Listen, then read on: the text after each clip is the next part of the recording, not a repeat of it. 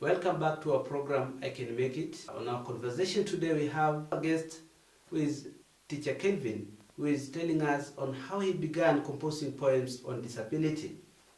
So far, how many poems do you have, Teacher Wanderi, on disability? I've done many poems. Yes. Since I started teaching. Right.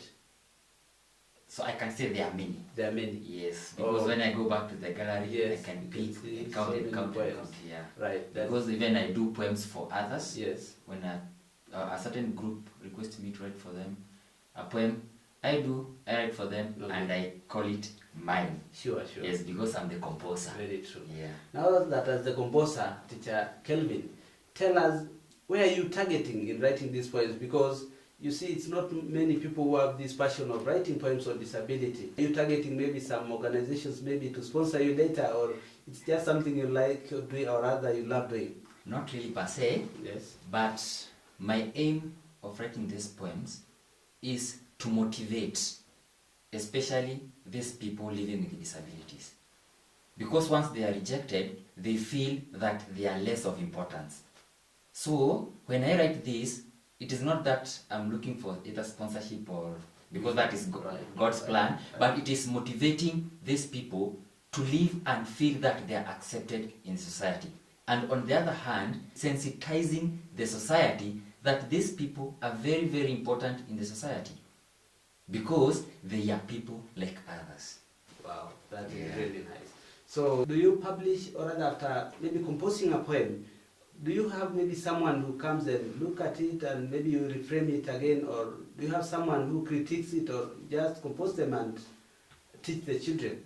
Yeah, when I compose these poems, I have a person whom I'm looking after, or that is like my role model. Sure. Because before you go to a certain place, there once a person who was there, and he knows the right path toward the success. So there's a friend of mine whom I consult, whom we discuss. When I write, I take it to him, he critiques, and he tells me, yes, instead of putting it this way, do it this way. And then we bring a clean item on stage. Wow, that's really nice. But the content, you're the one who comes with it. Yes, the content, the idea. Yes. At times, I might sit down and tell him, brother, compose for me, or write for me a poem on this. Content is this and this and this and this. So he just reframe and come up with a clear theme. Okay. Or I write it, I compose everything, he go correct on grammar, either critique, either this message should be brought in this way or that way. So we do that. Okay. Yeah. Now that is really nice. And in writing poems, now that you're dealing with poems on disability, and we have disability in different ways. Someone may even be disabled mentally or visually impaired. So in writing these poems, how do you come up with that? Because on these disabilities, when someone who is visually impaired, do you incorporate all these categories in your poems, or rather you just come on a poem that deals with the deaf or that advocates for the people with visual impairments? Now that's a very good question. Now when I get into composing these poems, first of all, I'll have to plan what do I want to write together. Now what is the key thing should be in this poem. Now when I come into composing of these poems, I don't deal with a specific kind of disability. When I compose, I just pick a specific or the general group. Like I say I want to deal with autism. Let's say people who are physically challenged or visual impaired, hearing impaired. But the thing which will trigger me or gear me to write that poem is, what have I observed in this? What do I want the society to know about this? So that triggers me in writing or composing that poem. Now, Teacher Kelvin, how often do you write these poems? Now when we get into how often I write the poems, it's once I've observed something unique. Okay. Yeah.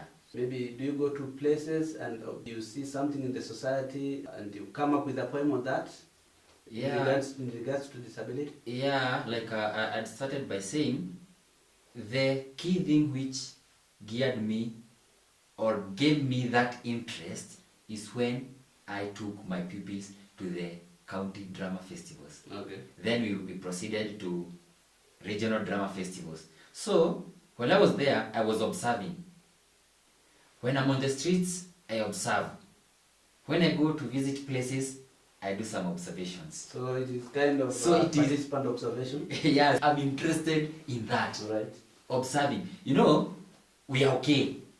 So like, I'm okay, I know I can do this and this. Mm-hmm. But there is that person who is referred to as a special person. Mm-hmm. But what is the special ability in his disability? Okay. Let's say he is drawing. Mm-hmm. I'll observe that. I'll think of it, compose something on that. Okay.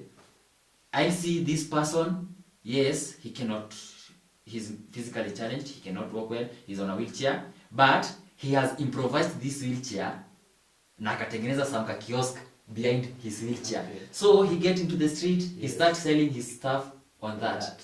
So that triggers me, I compose something on that. Oh, that's really interesting, Teacher Kelvin. Now, you can maybe tell the society on what they can do to ensure that they are doing this negative mindset on the people who are physically disabled.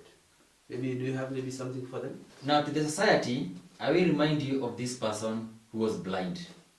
And while Jesus and the disciples were walking, the disciples asked Jesus, what made this person to be blind?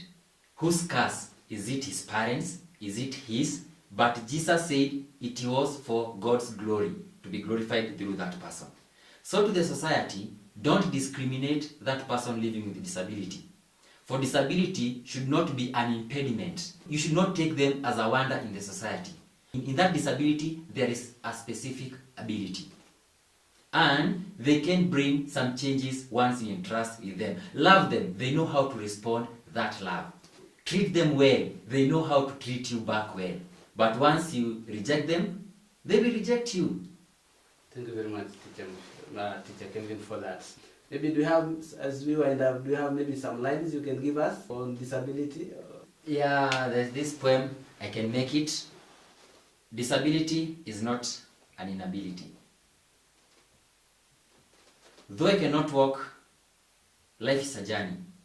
I can walk the journey of life, for I know I can make it.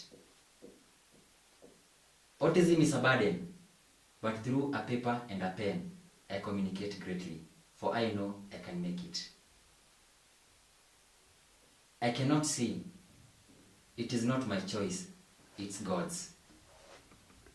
Though the reflector is my close friend, in deep my heart there is a great light, to light my world, a great light for a greater future, for I know I can make it. I cannot sing the alphabets loudly, but in deep my heart there is a loud, a great, euphonic voice uttering to me softly, I can make it. I cannot hear, I cannot communicate. Through signs, I can talk, I can pass information. In deep my heart, there is a voice telling me I can make it. To the society, disability should not be an impediment.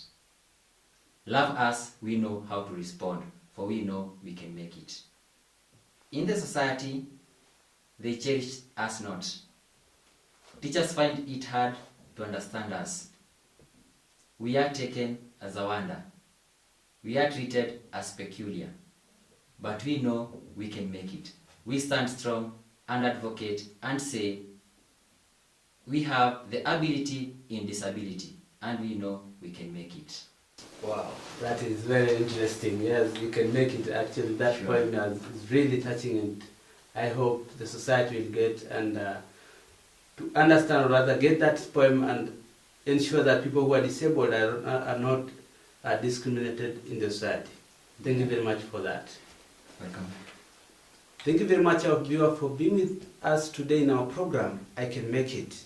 In this program, we motivate people who are physically challenged because there is ability in disability. I hope you've heard the poem that has been composed by Teacher Kelvin, and he has really advocated on the theme I can make it, it should be an encouragement to you who is just outside there, who is thinking that being disabled is a challenge. People should become very positive on reacting to people who are disabled in the society.